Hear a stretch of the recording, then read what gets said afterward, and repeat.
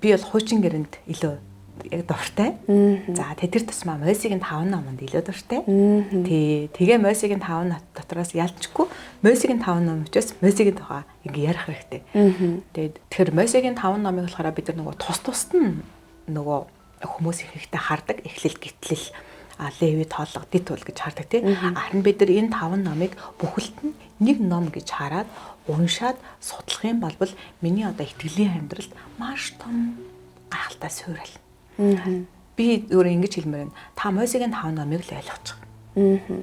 Тэгэх юм бол яг таны итгэл бүр ерөөсөй гаахгүй. Та Библийг бараг тий бүхэлд нь ер нь бол суураа ингээд ойлгочлоо гэсэн үг. Библиэлд байгаа бүх зүйлийг он тоолол болоод түүхэн одоо бодит мэдээлэлтэй хамт унших юм бол Библи маань болохоор өөрөө яасан бэхээр нүдэн дээр гайхалтайгаар тодорч гарч ирдэг гэсэн үг.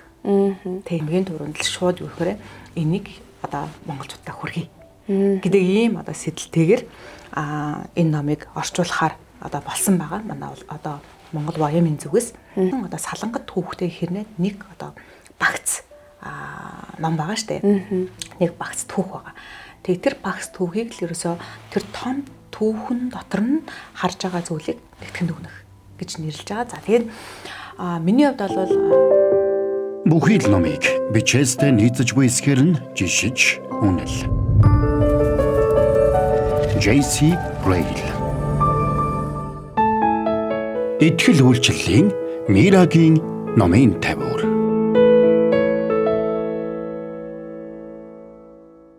Сайн байцгаана уу? Мирагийн номын тавиур подкаст маань их эхэлж байна. За бидний номын тавиур номуудаар дүүрсээр олон номуудын цуглуулга, олон номуудын түүх, бас гэрчлэлүүдээс хамтдаа суралцаар байна. Тэгээд та бас бидний подкастаар дамжуулд эзэнтэй харилцаа таны амьдралд чинь бас талбар бүр дээр тань өсөлт одоо гарч байгаа болов уу гэж найдаж байна. Тэгээд бид шинэ дугаараараа дахин иргэн уулзж байна. Тэгээд бидний энэ удаагийн дугаараар хуучин гэрээг он цагийн дараалал судлах уу гэсэн ийм онцгой бас номыг хамтдаа ярилцгаар болсон байна. За энэ ном бол бусад бидний өмнөх ярьжсэн номуудыг бодвол онцлог нь өөр илүү сургалт судлал чиглэл рүүгээ судалгаа чиглэл рүү тэгээ бас их зузаан ном байгаа. Тэгэхээр хамтдаа ярилцгаар урьсан зочинтойгоо танилцъя. Тэгээ та өөрийгөө танилцуулаад бас энэ номынхаа талаар, номынхаа зохиогчийн талаар бидэнтэй танилцуулж өгөөч. Юуны төрөнд намайг урьж оролцуулсанд маш их баярлалаа. За би болохоор Улаанбаатар Воёмын одоо лидершипийн багт, удирдлагын багт үйлчилж байгаа. За тэгээд үгийн үйлчлэл дээр бас одоо 16 дахь жилдээ ингээд одоо үйлчлээд явж байгаа Наран Зул гэдэг хүн байна. За тэгвэл та үргэлжлүүлээд энэ номынхаа талаар энэ номтой та хэрхэн танилцсан бэ? Бас ингээд орчуулах тэр сэтэл ханаас гарч ирв? Ер нь орчуулахдаа та хэд номоо яаж сонгодог вэ гэдэг ч юм уу. Тэгээ бас зохиогчийн талаар. За юуны дээр номын тухай ярихаас өмнө эхлээд би Воёмын одоо үйлчлүүдийн талаар хуваалцах хэрэгтэй байх гэж бодож байна. За Воём болохоор ерөнхийдөө 3 одоо чиглэлээр үйл ажиллагаа явуулдаг. Тэрний нэг нь бол яалтчгүй одоо дагалдагч бэлтгэх сургалт байгаа. За тэгээд тэр сургалт дотроо болохоор бид нар ихэд библи судлалын сургуулиудыг явуулдаг. Тэгээд одоо Воём болохоор дэлхийн 160 одоо улс оронд үйл ажиллагаа явуулдаг. За тэгээд Монголд бас үйл ажиллагаа явуулж байна. За тэгээд бид нар болохоор библи судлалын сургууль гэж хийдэг. За библи судлалын сургуулаа болохоор одоо гол баримталдаг судлах арга нь юу гэхээр нэгтгэн дүгнэх арган дагуу одоо библийг судалдаг байгаа. За тэгээд миний бие болохоор 2016-наас 2018 хооронд болохоор одоо чэжүүд байдаг улс үндэстний их сургуульд одоо үйлчилж байхдаа энэ номын зохиогчтой одоо танилцж исэн. За тэгээд энэ хүн байна болохоор 20 гаруй жил одоо энэ үгийн төлөө өөрийнхөө амьдралыг зориулж байгаа.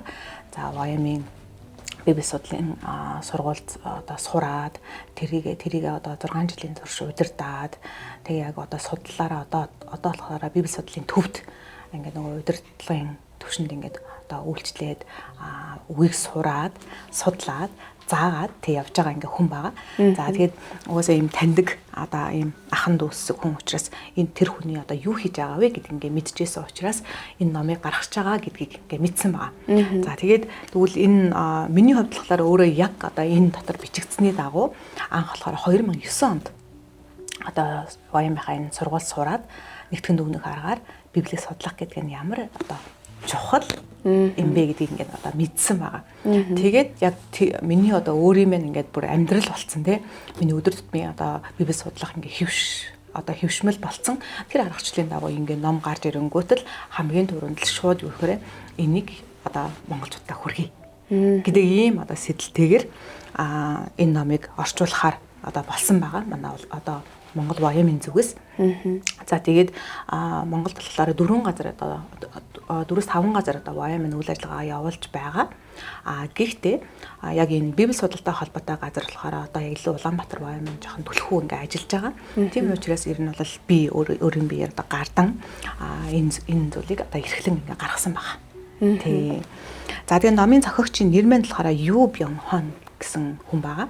Түрүүний миний хэлсэнчлэн Чэжүүгийн үндэсний их сургуулийн библи судлалын төвийн удирдагч. Тэгээ тийм үү. За тэгээ 20 гаруй жил өөр одоо өөрийнхөө амьдралыг үгийн төлөө зориулж байгаа хүн байна.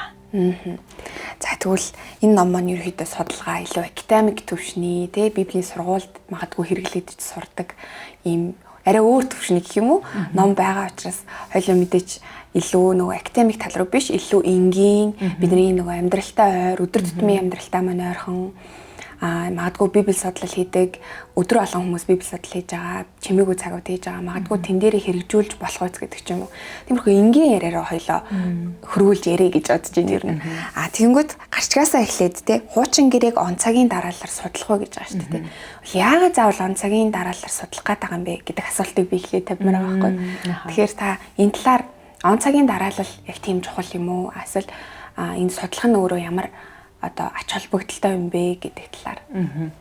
За одоо он цагийн дараалал гэдгийг би яг өөр дөрөөл ер нь бол ярих гэж бодож байна. За миний хувьд болохоор би 21 наснда ингээд Есүст итгэсэн. За тэгээ би яг 24 наснда яг библи судлал гэдэг зүйлтэй ингээд нүүр тулж яг ингээд сурч судалсан байгаа. Тэгээд ер нь бол нэгтгэн дүгнэг харгаар библи судлахад энэ Воямын 9 сарын сургууль маань болохоор яг ингэж бүх юмыг ингээд нөгөө он тоололтоо ингэж хамт одоо түүхэн нөхцөл байдал болоод он тоололтод хамт ингээ оюутнуудаа зааж өгдөг. Тэгээд ялангуяа ийм түүхэнд дуртай дээрс нь болохоор он цагийг ингээ мэдээд энэ бүх зүйлийг толгойдоо оруулж чаддаг хүмүүст болбол энэ одоо ном аягүй том одоо ач холбогдол өгнө. За миний хувьд бол яг тийм би одоо ингээд ямар нэгэн зүйлийг ойлгоё гэх юм бол эхлээд том зургаар нь тэгээ эхлэл ба төгсгөлцөг тэгээд үйл явц хизээ хаана юу болсон бэ гэдгийг мэдэх юм бол тэр бүх зүйлийг ингэж тархиндаа ингэж шууд ингэ оруулдаг хүн баггүй. Тэгэхээр яг тэгж одоо түүхэн он тоолол болоод үйл явдлуудыг эхэлж ойлгоод дараа нь тэр нөгөө нарийн зүйлүүдийг ойлгодог хүмүүс байх юм бол одоо энэ он цагийн дараалалаар судлах уу гэдэг маань тэр хүнд одоо Библийг ойлгоход айгүй том түлхэц болно гэсэн үг. Тэгэнгүүт Библи маань болохоор анх одоо бид нэр ингээ Есүс итгэж байхад болохоор юу юм шиг зүгээр үлгэр домыг юм шиг эсвэл бол биднээс айгүй хол учраас одоо бол ингээ бүх юм хөөгцсөн, бүх юм нээлттэй байгаа учраас бид нар хаанаас л юуг мэдээллийг мэдэх боломжтой. Гэтэл намайг одоо анхлан ингээ Есүс итгэж байхад Израиль гэдэг улс гэх юм бол зөвхөн те домогт байгаа юм шиг санагддаг үе бол байсан. Тий. Гэтэл яг одоо энэ Библиэлд байгаа бүх зүйлийг он тоолол болоод түүхэн одоо бодит мэдээлэлтэй хамт унших юм бол Библи маань болохоор өөрөө яасан бэхээр нүдэн дээр гайхалтайгаар тодорч гарч ирдэг гэсэн үг. Тий.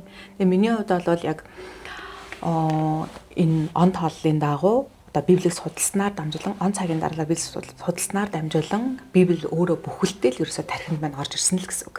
Тий. Нэг юм хэлбэл. Окей. За тэгвэл ном маань нийт 7 бүлэгт хуваагдсан баг шиг байсан те 7 бүлэгтэй. Тэгээд Библийн мэдээч дараалалаар нь явж байгаа хожин гэрээний. За тэгвэл танд энэ дотроос онцлоод магадгүй Библийн нэг баатраар жишээ аваад магадгүй Мосеогоор ч юм уу те нэг баатрыг жишээ аваад за энэ нэгтгэн дүгнэн гэдэг чинь ингээд судлахыг хэлдэг юм аа. За Мосегийн хол ингээд та нэг товчхон маягаар бидэнд олгогдсон тэр цагт багтаагаад гэх юм уу ер нь жоохон хураангуулад бид нарт ийм анхан шатны мэдгэдэггүй үг нь гэвэл ер нь нэгтгэн дүгнэн гэхээр одоо чинь би Библи судлаа хийхдээ нэгтгэн дүгнэх аргыг яаж ашиглаж болох юм бэ? Өнөөдөр өөрийнхөө чимээгүй цаг дээр ч юм уу. Тэр талаар за тэгээ ер нь бол библи судлах мэдээж олон төрлийн арга байгаа. За тэрэн дотор болохоор логикийн төвшөнд хоёр одоо арга байгаа байхгүй. Нэг нь болохоор нэгтгэн дүгнэх, нөгөөх нь болохоор задлан шинжлэх гэсэн арга байгаа.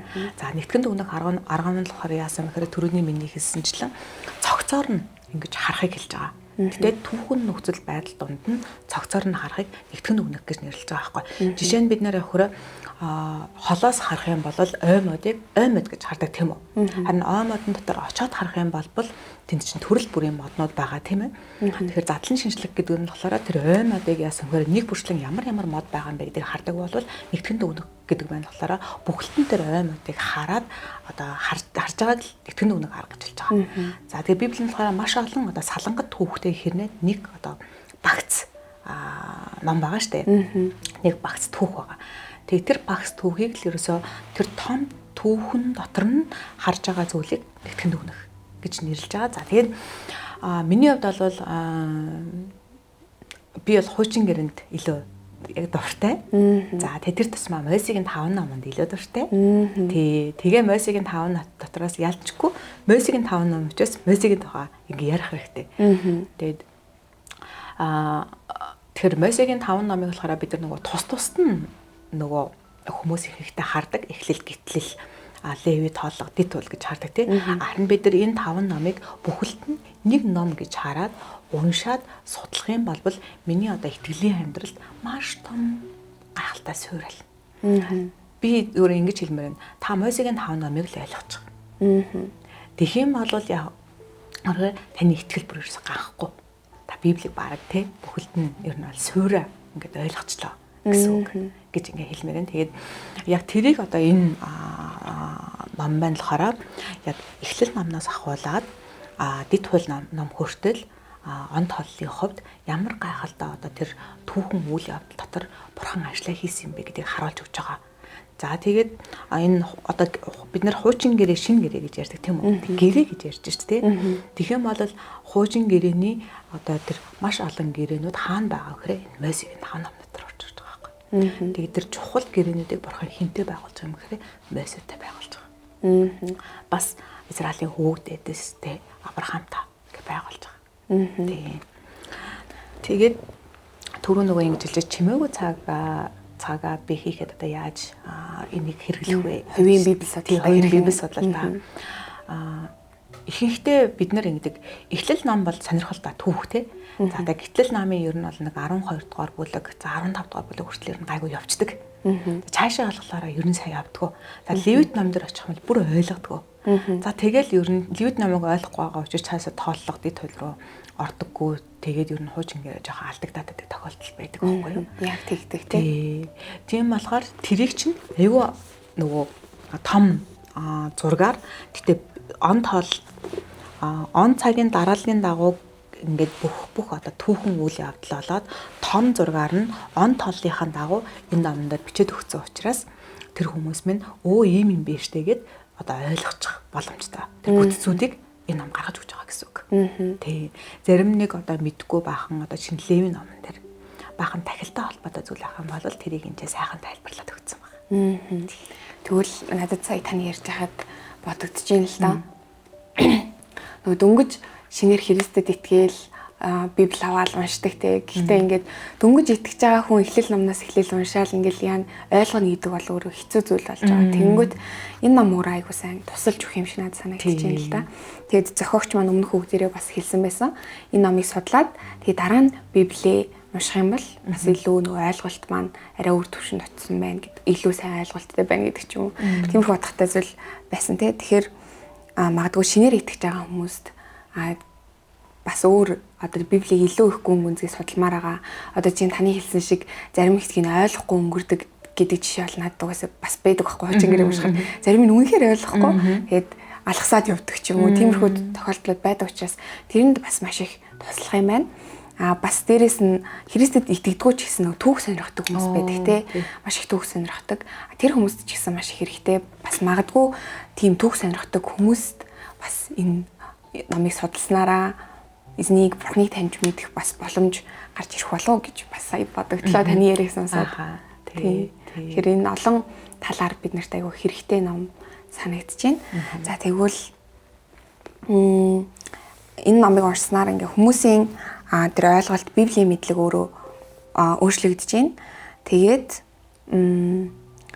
хуучин та сая хэлсэн шүү дээ хуучин гэрээнд Мойсе бол ингээд миний одоо дуртай номоо гэд хэлсэн. Тэгэхээр магадгүй энд яг надад сонирхолтой асуулт байна.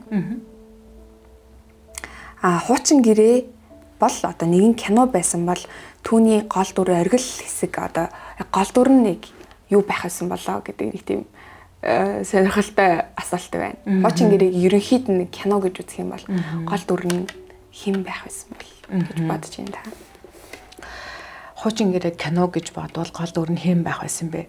За би мэдээж яг Мойсегийн 5 ном гэж нэрлсэн тийм ээ. Тэгэхээр яг Мойсегийн 5 номын гол дүр нь Мойсе өөрөө байгаа. Гэхдээ сая чамаг асуух үед надад хамгийн дөрөнд Авраам гэдэг Авраам гэдэг хүн шууд орж ирж байна. За тэгээ бид нөгөө хүүхдийн цуглаандаас Авраам эцэг олон хүүхдүүдтэй гэд ингээд багтан дууж гэсэн доолдог тийм ээ. Тэгээ Авраам болохоор итгэлийн өвөг эцэг байсан. Авраам болохоор үйлсээр биш итгэлээрээ одоо зөвтгөгдсөн нэгэн гэж хэлдэг тийм үү. Тэгээ Авраам бол хуучин гэрээний ялчгүй бас гол одоо том дүрийн нэг хэсэг. Тэгээ одоо бүхэл үндэстнүүд Авраам болохоор 3 ингээд чухал зүйлийг амлаж байгаа байхгүй юу? Тэрний өөхөр газар нутгийг амлаж байгаа, үр хүүхдийг амлаж байгаа, үндэстнүүдийг амлаж байгаа байхгүй юу? Тэгээд яг Авраам бурхан амласан амлалтынхаа дагуу хуучин гэрээ минь ингээд гайхалтайгаар одоо өрнөж байгаа үйл явдал байгаа. Тэнгүүд л тэр одоо амлсан тэр үндэстнүүд дотор өнөөдрийн биднэрт гэсэн дээр орж байгаа. Тийм. Христэд суурилсан захин болон сонсдог ном. Bible podcast-ийн цогц платформ. Өөрийгөө гэрэлтүүл, амьдралаа гэрэлтүүл. Гэрэлт апп хаач хизээч хам. Гэрэлт апп. Тэгэд Библи бол тэр чигтээ түрүүн ч гэсэн тайлж байгаа ингээд цогц зүйлээ гэж байгаа тийм. Библи бол ингээд тэр чигтээ яг шин гэрээ, хуучин гэрээ, шин гэрээ гэд хуваачсан боловч энэ бол өөрөө нэг л цогц утгыг илэрхийлж байгаа өөрөө цогц гайхалтай. Нөгөө 40 өөр зохиогчтой. Тэгээ маш олон өөр цаг үедэд бичсэн хэрнээ нэг утга санааг илэрхийлдэг маш юм гайхалтай цогц номоо гэд. Тэгэхээр магадгүй Библийг мэдгүй хуучин гэрээг хараахан сайн мэдгүй хүнд та хуучин гэрээний талаарх тэр одоо унших сэдэлч гэдэг юм ойлголтыг өгвөл та юу гэж тайлбарлах вэ? Магадгүй зарим нь шинэ гэрээг их түлхүү уншаад магадгүй хуучин гэрээг жоохон орхигдуулдаг гэж магадгүй.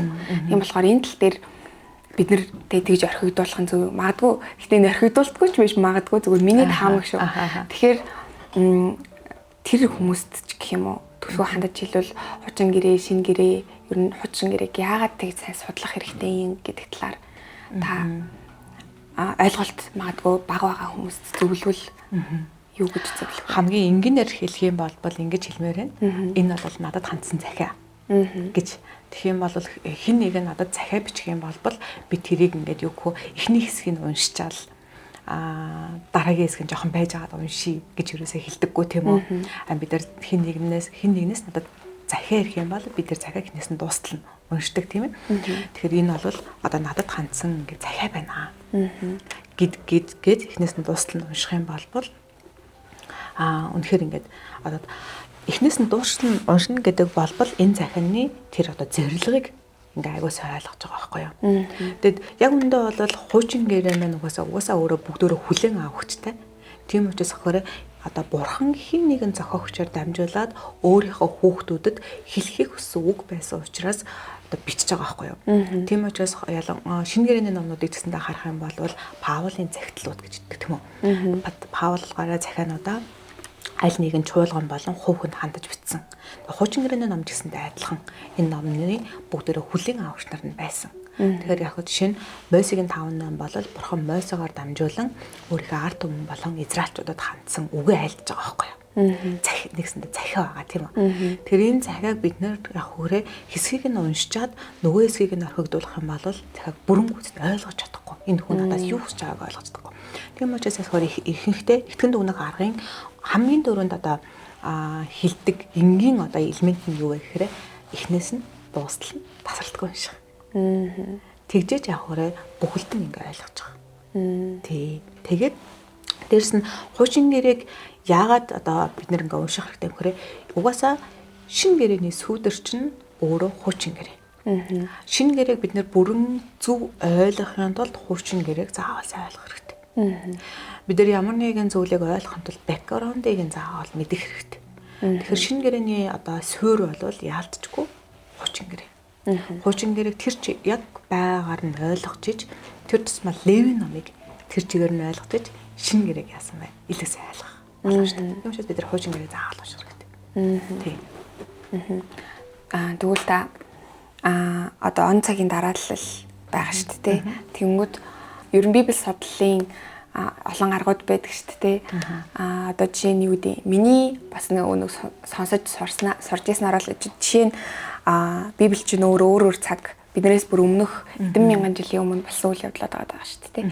Тэгээ тэрийг шууд өнөөдөр би амьдралдаа наагаад хүлээж авах гэхээр жах хэцүү. Тэгэнгүүт Библийг хэлээд тухайн хэсгийг уншаад тэгээ тухайн нөхцөл байдал ямар байсан, тэр улс орны эдийн засаг, нийгэм ямар байсан, тэр орчин үйл явдлыг нь аюулсаа ойлгож аваад тэгээд тэрийгээ тухайн нөхцөл байдлаа ойлгочоод дараа нь миний нөхцөл байдал буюу миний амьдралыг нь яаж тусахыг нөлөөлөхийг гэж тэгж ойлгох хэрэгтэй гэж би сорж исэн. Тэгэхээр энэ ер нь зөв үү? Өөр ямар аргууд байдаг вэ гэдэг талаар.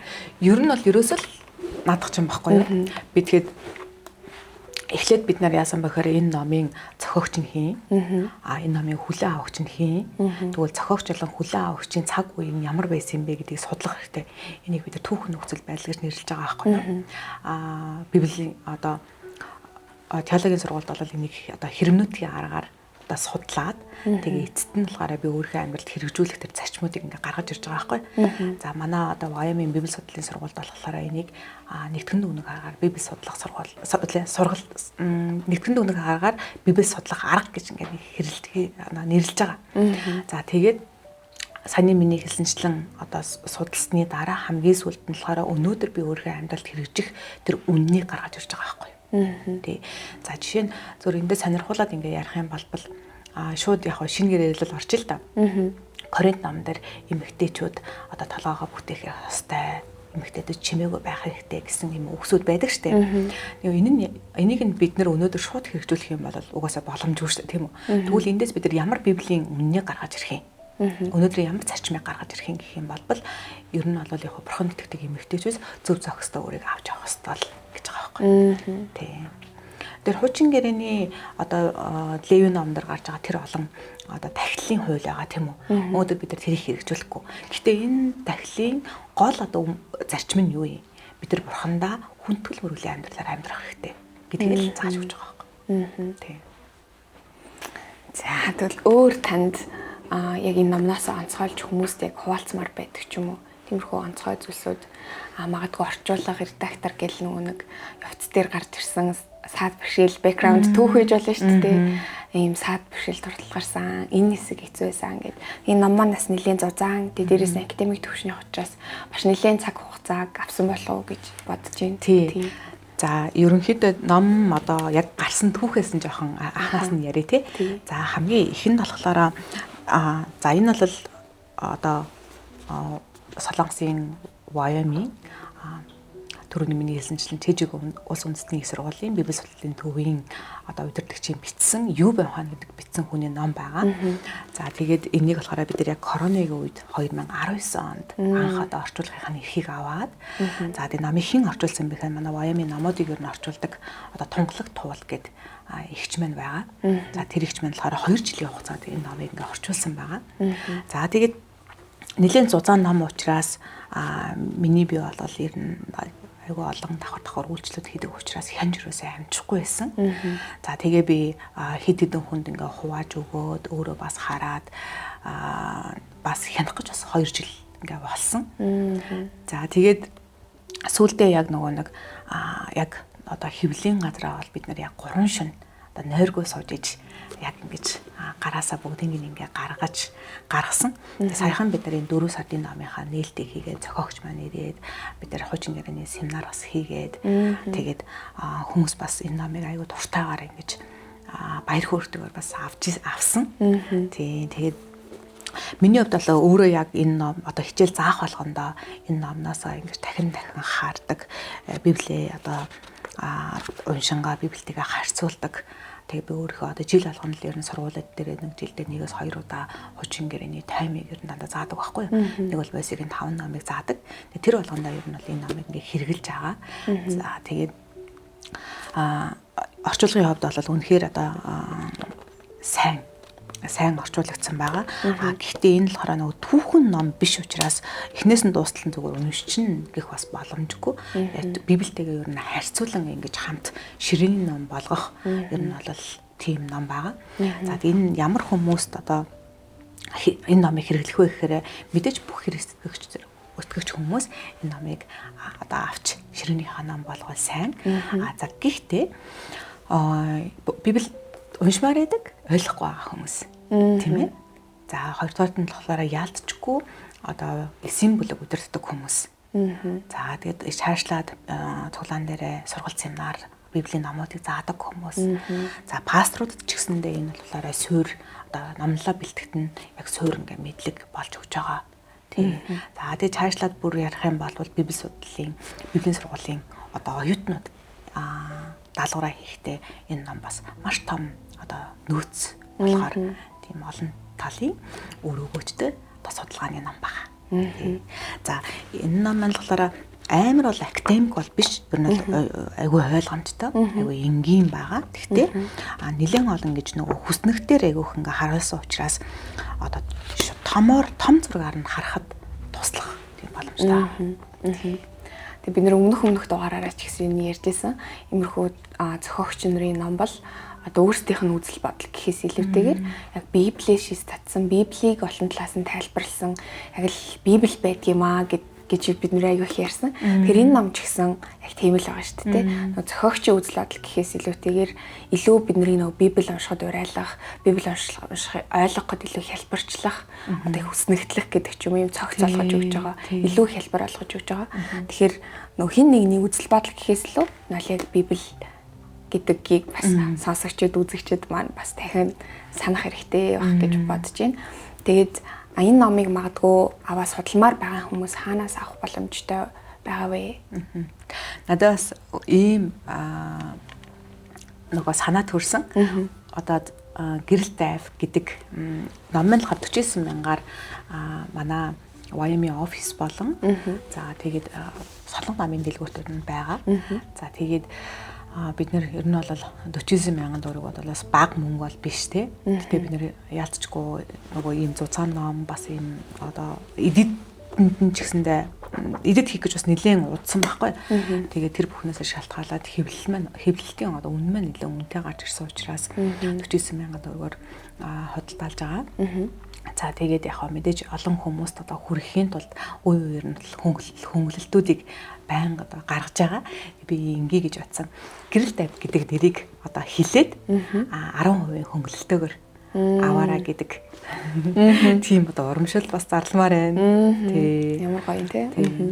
За тэгээд Улаанбаатар YM-ийн одоо офис болон Солонгос намын дэлгүүрээс энэ намыг худалдан авах боломжтой байгаа. Тий.